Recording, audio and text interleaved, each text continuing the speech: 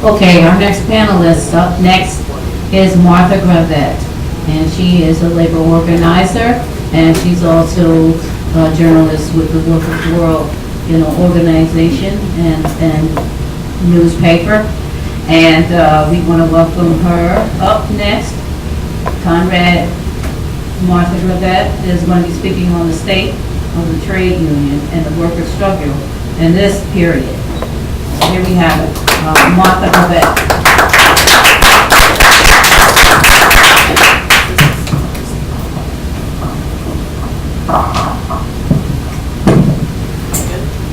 Well, good afternoon, comrades, and commendations to everyone, especially the organizers, the program committee for this conference, and also, of course, thanks to Debbie and for the food, but also big thanks to the comrades from out of town, from Ohio, Illinois, and Wisconsin, who have come here and who have made a real the overall content of this. It is very important that we are taking a little time out and rearming ourselves ideologically. And it might have been, in some ways, I might have been a little bit better off speaking earlier in the program. I might have still had a lot of energy and been free of fatigue. But I think I feel the benefit of speaking towards the end, because what everyone else has brought into the discussion already is really a contribution in contextualizing a discussion about the labor movement, the working class movement in general in this country, and try to understand it, even as frustrating as it can be, many recent developments and the failure of the unions to really step up to the challenge imposed on us as workers in this period of austerity and this particular stage of capitalist decline that our party defines as capitalism as at a dead end. Particularly the opening talks by Tom and Jerry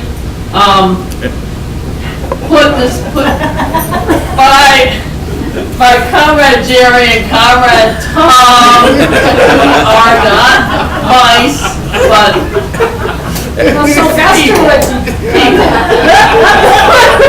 so anyways, because to open up with the talk explaining the concept of dialectics really helps to lend clarity to a very situation facing labor that is full of confusion and how the hell, what the WTF, what are they doing? Why are they just letting the capitalists get away with all this crap? Particularly the concept of the unity of opposites, because the situation in the labor movement here is in many ways quite dismal, but there are other recent developments that are extremely hopeful, that should fill our hearts and minds with optimism that this working class is really the same working class that we associate with these great class battles of the past, and that we do have the potential still to carry out our historic mission, our historic duty to the future of humanity, which is that of bringing about the abolition of capitalist wage slavery and paving the way for a new world based on human needs and not on human greed. But as I said, knowing even a little bit, even a cursory understanding of labor history, and in Detroit and in Michigan, we all know that there was a sit-down in 1937 in Flint, and the workers occupied General Motors for 44 days, and that won the first union contract from a company that said absolutely never, never, never. We are not going to recognize the UAW. And within days of this comment being made, they did exactly that. And that was the class struggle that forced their hand.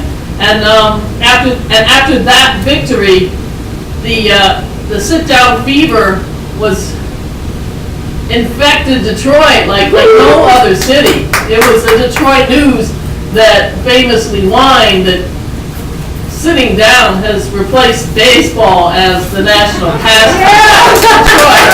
And if you look at all the sit-downs that occurred that year in this city, if they all happened on one day, it would be like a citywide general strike.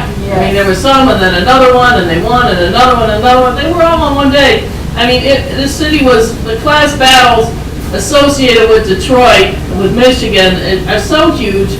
And also, as comrades have alluded to, was very central to the Black liberation struggle with the rebellion, with Drum, and the advances in terms of gaining some political power here. So to see the losses, to see so much be taken away so fast, it's hard to understand if you don't have some kind of Marxist lenses to look at it with. To me, I understand it from the viewpoint, and Jerry alluded to it, and other comments, the theory of the global class war, and looking back to the period of time that document emerged from. It gives us some clues to understanding how we got where we are. And the losses are, the loss of gains are, they're magnanimous. I mean, as an auto worker, anyone hired after 2007 does not get a conventional pension. We have a two-tier wage system that even previous bureaucrats and class collaborationists like Owen Beavers were absolutely adamant you cannot have two workers doing the same job making unequal wages. And now it's pervasive in the auto industry. There have been many union workers, as Mary Ann just mentioned, the teachers taking pay cuts, benefits are being cut, job security language is being taken away in the auto industry now. Many of us, people died for the 8-hour day in the land of our comrades in Chicago 125 years ago. Yep. And now we've given it up, and we're working 10 hours for straight time. And the attack on auto workers, though that really pales against the attack on public workers, and that we're feeling in Detroit so acutely. And also the political attacks, the legislation, Public Act 436, right to work, and dozens of other bills that have been passed just in the 4 years that I've been here. And how does that happen in Michigan and Detroit? And it seems that the union officialdom seems just to be just throwing up its, this is putting them in the most positive light. What can we do? It's the best we can get.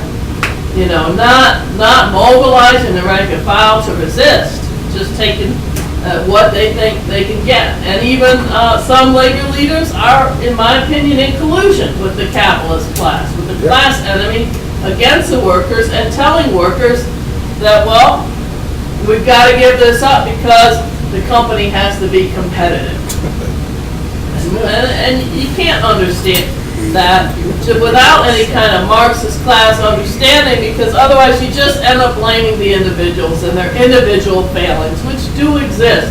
But that doesn't really explain anything, and it doesn't give us any direction on how to overcome it. Anyways, concessions, they're not a new thing, just came our way in the past few years. Many workers associate all of the backsliding, all the rolling back of our gains that's often associated with Ronald Reagan and the breaking of the Patco strike. That is seen as often as the opening shot, and after that there was setback after setback after setback, and now here we are. It's the end of a vicious cycle. The breaking of Patco was indeed a pivotal event, but there were many it didn't just come from out of nowhere. There were many important events in the history of the class struggle here that preceded it.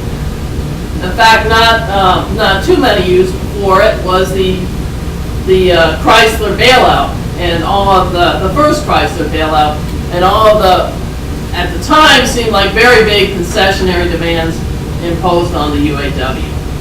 Well, really, we need to go much farther back in history, and as I said, developments that came about around the same time that our party was in formation as an ideological tendency.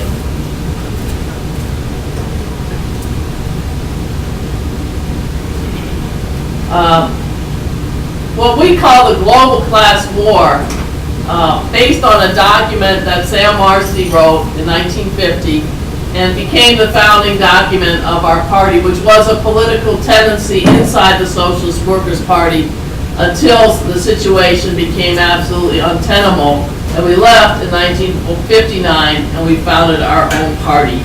And we understand the world as divided between two global class camps. On the one side was the workers and oppressed, and the socialist bloc, the many countries that were pursuing a socialist path that were objectively and subjectively allies of the global working class. On the other side were the imperialist, vicious imperialist countries of U.S., Western Europe, so forth. You had two contending class forces. That's basic Marxism. The bourgeoisie and the proletariat are antagonistic. There's no common interest between these two classes. And that is essential to understanding anything that's going on in the world. Well, many of you might, sorry, I didn't really have as much time to prepare as I would like. Doing good. Yeah. But anyways, Doing great. somebody referenced the Iron Curtain speech by Churchill saying that, I remember in elementary school trying to figure out how you could make a curtain out of iron. But I was trying to picture it in my head. They didn't really explain it, but this was, this imperialist mouthpiece saying that there was this division in Europe between the socialist countries and the so-called free world, although we know the free world is the socialist world and the capitalist world is the unfree world. This speech, this anti-communist collection of lies is often seen as the opening shot in what is popularly called the Cold War, but which we understand that it wasn't just a Cold War, that there were many, many wars, real hot wars against the workers and oppressed, instigated by imperialism. But whether we call it the Cold War or the global class war, this speech was somewhat seen as an opening shot. It was kind of an indication to the socialist countries that, okay, yeah, we were kind of friends when we were all trying to crush Hitler, but we've taken care of that imperialist rival, and now the honeymoon's over, and we want to see socialism and workers' power destroyed. And there was also a domestic side to the Cold War, and that was the war against the working class here. And what was the opening shot here? It was the Taft-Hartley Act. It was the passage of a series of laws against unions restricting our right to organize in collective bargaining.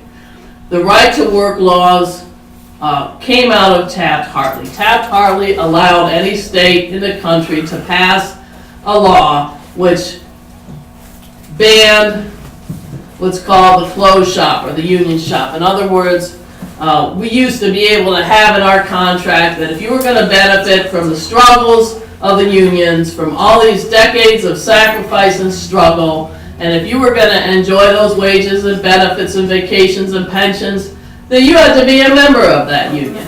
And this gave us a little bit of more leverage against the ruling class.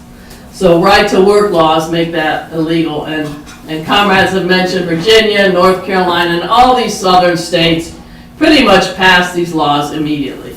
There were other components to Taft-Hartley. It banned sympathy strikes.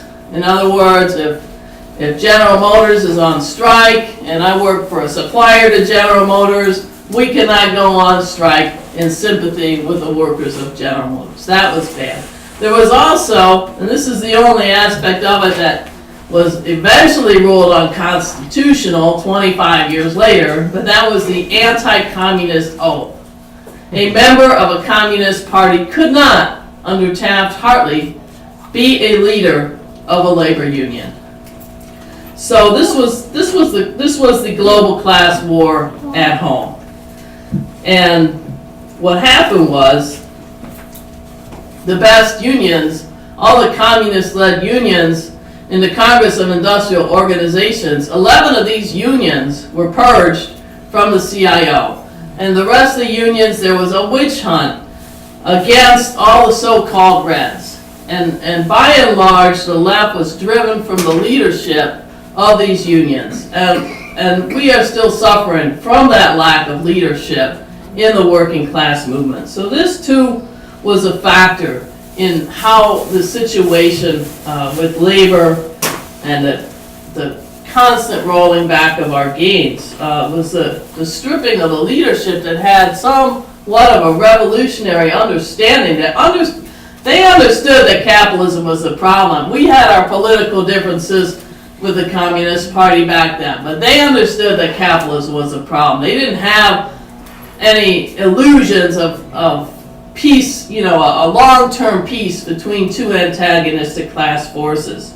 And members of the Socialist Workers' Party, even though they weren't covered by Taft-Hartley, they were purged as well. The left was pretty much routed, and in addition, they weren't just routed by the labor officialdom, but they were hounded by the House Un-American Activities Committee, as well as McCarthy's committee in the Senate.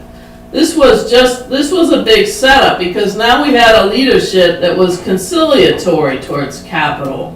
They wanted peace. They still understood that the interests weren't the same. They understood that if they wanted a pay cut, that it was good for the workers, it might be bad for the company. They had that rudimentary trade union understanding, but they didn't understand in a Marxist way that capitalism was the enemy of the working class. And actually you could even see concessionary bargaining even back then. Does anyone know what the first auto company was where the UAW took concessions? Anyone? No? Three guesses. Anyone else have a guess? Still around? GM? No. AMC? It was Studebaker. So they kind of have to laugh. I think about that. Concessions, you got to take concessions because they'll save jobs. Well, it didn't quite work in that case. So anyways, it was really this retreat from militant class conscious unionism that had so many negative repercussions. Brian mentioned Operation Dixie, which the name is horrible now in our contemporary eyes, but this was a bold initiative on the part of the CIO to organize the South, and especially organize the oppressed workers, the black workers of the South. And it was scuttled once the left was routed. And who were these unions? Only two of them are with us today, and they're still the most progressive, most class-conscious unions in this country, and that's the United Electrical Workers and the International Longshore Workers Union, which helped us turn back this horrible Zionist ship in the Bay Area. So this is the impact of the class war at home. And one thing to come out of that period after the left was ran out of the UAW, it was known as the Treaty of Detroit, unofficially. And there were a number of concessions that the bosses gave to the union. This was where cost of living allowance came from, the 3% annual improvement factor raise, supplementary unemployment benefits. There were a number of gains that were won in this period. But what the UAW did in exchange, up until this time, the militants especially, but there was a lot of agitation for a shorter work week. Even then, even before high tech, there were technological improvements, improvements, the revolution, what Marx called revolutionizing the means of production. That term was from the 1848. So it's been going on even before high tech. So every time there would be some new technology that reduced the need for workers, that would eliminate jobs. And so there was a call for a shorter work week with no cut in pay. A 6-hour day, 8 hours pay, and that would create jobs, and that would offset the impact of all these technological improvements. And that was essentially dropped. That was the compromise between labor and capital of approximately 1950. But all of that has been taken away now. All of it. Cost of living, the raises, all these gains, they've all been rolled back. Equal pay for equal work, time and a half after 8 hours. These things are being rolled back. I mentioned PATCO, and that was an important event, and we began to see, whereas before a concessionary contract might have been a sporadic thing, a Studebaker here or there, another company somewhere else, but it became the pattern. And Business Week at the time reported that companies that really were in very good shape financially, that really didn't need the workers to take concessions in order to survive, they were just taking advantage of a climate that was created initially with the attack on PATCO. But there were there was another big historical event that most laborers don't think about it very much when they think about why is it so hard? What happened to the old days where we could sit down at the table and we could say, well, we want this, and the company, well, we want, and they could meet them. They could maybe meet in the middle, but they were making gains in exchange for class peace. What happened to that? And they don't think about the impact of the breakup of the USSR and the socialist bloc and what a setback it was for the working class. But it's much, much harder to win now. It really strengthened the capitalist class worldwide and here against our class. And before, they had to grant our class a certain measure of concessions because they were competing with this socialist model. Right. And they didn't want us looking towards that model. They couldn't tolerate Cuba. They sure couldn't tolerate, a socialist United States. They couldn't let us be looking towards a whole different kind of system. They had to demonstrate that they could, offer a certain measure of social programs and so forth. And with the collapse of the Soviet Union, that eliminated that competition. They were no longer in competition with the socialist bloc. So that too is part of how labor, the position that labor finds itself today. And now we are facing this period of capitalism at a dead end, where, as Marxists understood it, the relations of production are not compatible with the means of productions, with the productive forces. The productive forces have become so advanced and so productive that there's it's the insoluble contradiction of capitalism has come to a head. And some of our leading comrades have called it permanent overproduction, which, orthodox Marxism, it would sound like an oxymoron, but that's really what's going on. This crisis of unemployment, it's huge. This is a period of recovery. Wait until there's another collapse. Right, which they're calling for. And we're calling it capitalism at a dead end, So what can the capitalists do? All they can do is just crack the whip over and over against the working class and demand more and more and more, and make demands on the labor unions that would have been unthinkable 5 years ago, certainly 10 years ago. But now they're making these demands, and they're finding ways, and they have to have the capitalist state as an ally.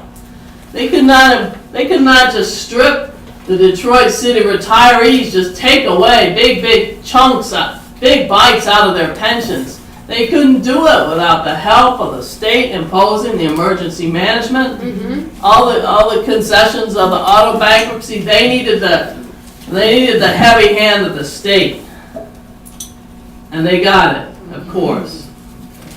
And that's, everything I've just laid out is, well, it could be kind of depressing, but, getting back to the unity of opposites, there are trends right now that are very, very opposite to this decline. Our class is standing up, and it's the most oppressed. It's the youth, the ones who have the most to lose, who have the most at risk. Workers who are so dependent on this meager paycheck. Immigrants who could be deported. They're standing up to the capitalist class, and they're creating a model of resistance. And the labor unions are having to embrace these workers. Yes.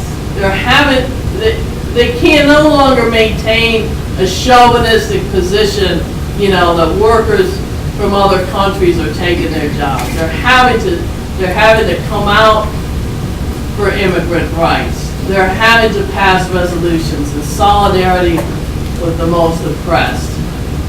Some unions are more. They should be in Ferguson, standing with the black community. Yeah, labor should be calling a national mobilization. The resistance is coming from our class, and it's being heard in big ways, from the Wisconsin upsurge to Occupy, and now this militant group of retirees. Even though the vote was a setback, but there were a lot of retirees when we said let's shut this town down on May Day. They were like, yeah, it was a resounding positive response to that call. There's workers that are fighting, and the immigrant workers, I want to stress their role, because their contribution to the elevation of class consciousness, to the revival of the class struggle in this country is unique and of political importance. I mentioned Taft-Hartley, and during the struggle to block passage of Taft-Hartley, there was a political strike. This country doesn't have a tradition of political strikes. But 250,000 auto workers right here walked off the job for 5 hours to protest Taft-Hartley. Wow. When was the next political strike? Anybody want to say? Studebaker? You don't know, right? You had to say that. May Day 2006 was a political strike across the country, the biggest political strike, the biggest general strike in the whole history of capitalism in this country. And the immigrants all over the country walked off their jobs, they stayed home from school, they came out. It was a huge, huge advance in the class struggle. And 2 years later, in 2008, I know some people here went to Chicago. Comrades from Chicago remember the takeover of Republic Windows and Doors, the sit-down. The sit-down tactic was revived by immigrant workers. And immigrant workers are a big segment of the low-wage workers movement that is sweeping the country, that is demanding doubling of the minimum wage, making huge demands on the ruling class, not trying to get a little bit. They want their pay double. They're not, wishy-washy. it's a great development in the class struggle. So I'm very optimistic, despite all of the vacillations and conciliations that we see by some labor leaders when it comes to dealing with the capitalist class. And because, you know, this is a conference on Marxism, and for us, Marxism means Leninism. So there are some groups that identify as Marxists that want to dissociate themselves from the legacy of Lenin, from the great, you know, it's insane. The first socialist revolution in human history to succeed and survive and thrive for decades, and some groups like the Communist Party even, they want to drop that, you know, Marxism, Leninism, and just be Marxist. So anyways, I'll just read a little bit. I was trying to figure out what to say, and I was like online at Marxist.org and looking at this long index of all of Lenin's writings and trying to figure out, well, which should I click on, which should I read that might inform my remarks. And I found some great gems, but I'm just going to quote from one, and it's about immigration. Capitalism has given rise to a special form of migration of nations. The rapidly developing industrial countries introducing machinery on a large scale, and I don't like, this is the word backward, it's not how we view the people, it's a reference to the technological and level of economic development in these countries. So I just read it verbatim, but understand wouldn't be our choice of words. The backward countries from the world market raise wages at home above the average rate and thus attract workers from the backward countries.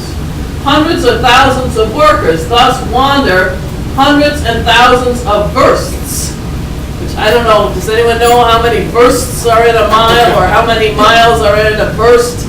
But I think it's a really long distance. The verst? A verst. As opposed to a verse. I'm not talking bratwurst, okay? That's the first. Advanced capitalism drives them forcibly into its orbit, tears them out of the backwoods in which they live, makes them participants in the world historical movement, and brings them face to face with the powerful, united, international class of factory owners. There can be no doubt that dire poverty alone compels people to abandon their native land, and that the capitalists exploit the immigrant workers in the most shameless manner. But only reactionaries can shut their eyes to the progressive significance of this modern migration of nations. Emancipation from the yoke of capital is impossible without the further development of capitalism, and without the class struggle that is based on it.